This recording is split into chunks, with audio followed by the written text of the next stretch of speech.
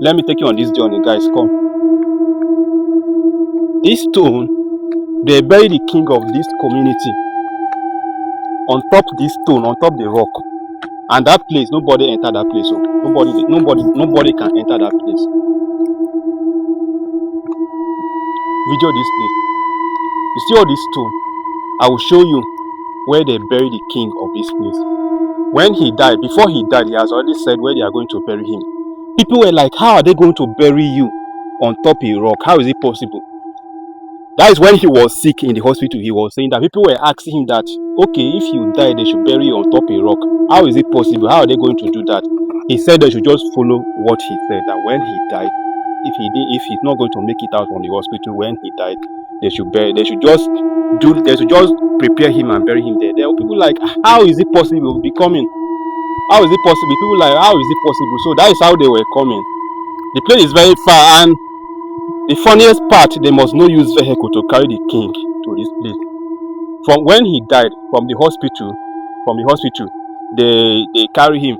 They carry him like, what is it called? This casket. They put it on their head, and like no vehicle is allowed or any form of car or whatever.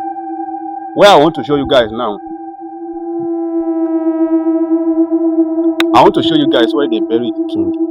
How possible they bury him there? I will show you how possible it is. I will tell you what happened. The story behind it. I will tell you guys.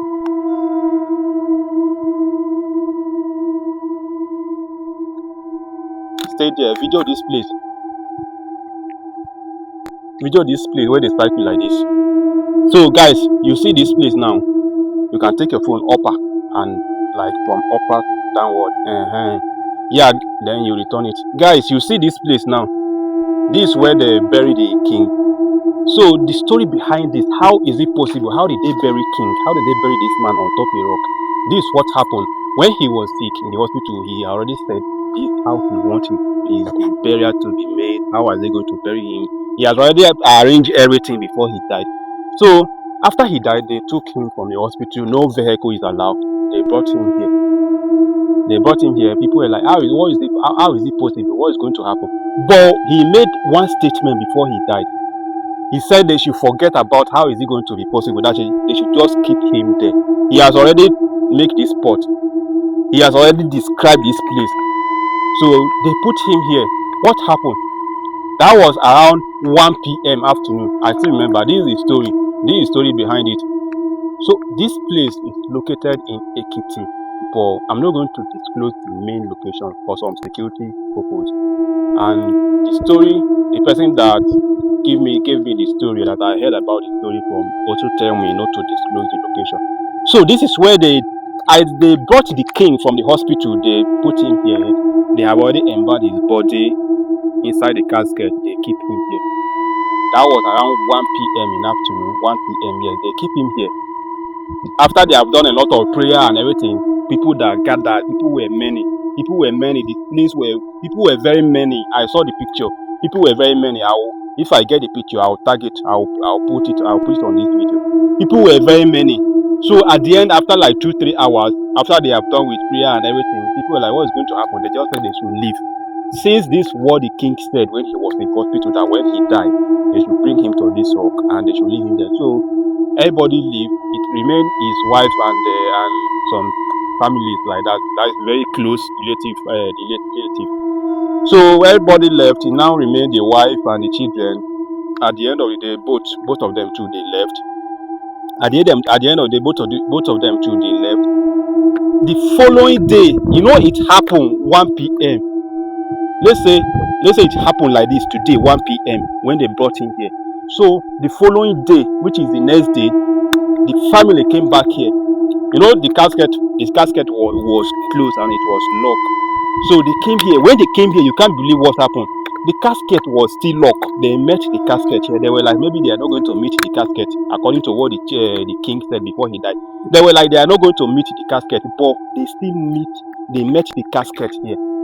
They used 3 keys to lock the casket. All the keys were still there. Everything was still intact. Nothing happened to the key or the casket. They were like, What is going to happen now? The wife said they should come and open. They should come and open. Maybe like anything.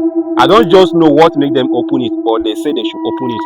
They have to use the same key again to open the 3 key. They open it, then they open the casket. This man was not inside again. That is the story that he told me, and it's real. People that are living in Ekiti, I don't want to disclose. If I disclose the location, you will hear this story. People that live in Ekiti will testify to this. After they opened the casket, the king was not there anymore. The king was not there. This thing I'm saying, if you are still a baby, you will not. Don't say because you are living in Ekiti, how come you have not heard about that? It's been long. The story. This thing happened around that should be 175. Yeah, 175 years ago. That was the time that this whole thing happened. They opened the casket. King was not there. Show the place again. King was not there. They opened the casket. King was not there. Nothing was there. The clothes and everything. And nobody opened the casket because nobody have key. Nobody has key to open that casket. Even if someone, maybe thief or whatever, if someone stole that body, how did they open it and lock it back the same way it is? So nobody opened it. They just came, open everything. They did not see anything inside again. The body was not inside the casket anymore. So they now use stone to demarcate it this way.